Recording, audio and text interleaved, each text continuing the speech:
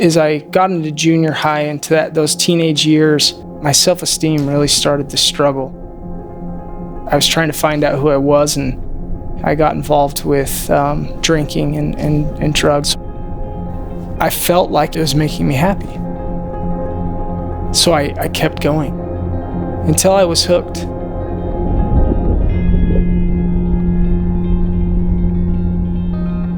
One day, my father called me out of the blue and said, "Son, I've got a lump in my brain." And 11 months later, he had passed away. My father was my rock. He was my foundation. And so when he passed away of cancer, I didn't know what to do. It was like part of me died as well. I was a full-blown alcoholic.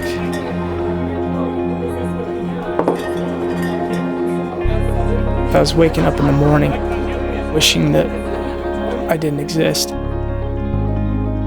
It wasn't that I would just die and move on. I wanted God to get rid of me. I thought He had made a mistake in creating me and that I was worthless. And the thought had crossed my mind several times of ending my life, and I didn't think there was a way out. There's a picture of Christ that my father drew, and this picture has always been part of me in my life. I took this picture with me everywhere I went, and I had the thought come into my mind, Mike, get down on your knees and say a prayer.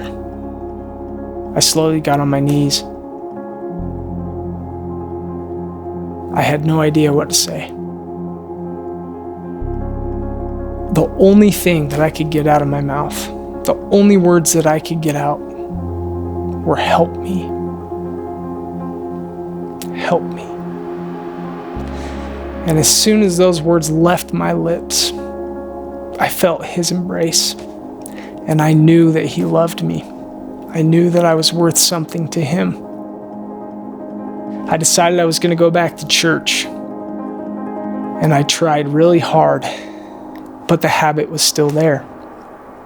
At that point, I felt like I could forgive other people, but I couldn't forgive myself.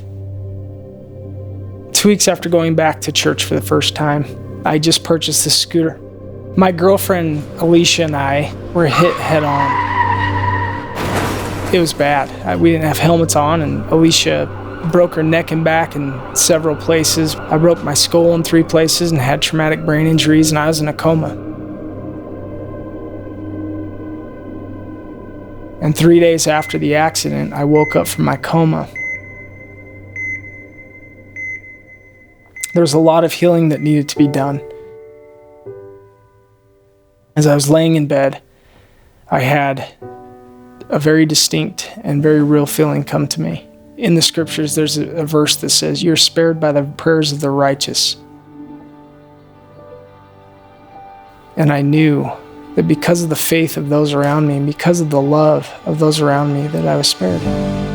As I got out of the hospital and as I started to rehabilitate, I started to go to LDS 12-step meetings, and I started to get myself committed to the Lord. It is by the grace of God that I was in that accident. And it's not something I'd ever want to go through again, and I'm glad it's in the past. But that accident spared me. That accident gave me the circumstances that I need to start to humble myself and to look to Him again. And as I looked to my Savior, He came to me and He redeemed me. He saved my soul where I didn't think it could be saved anymore.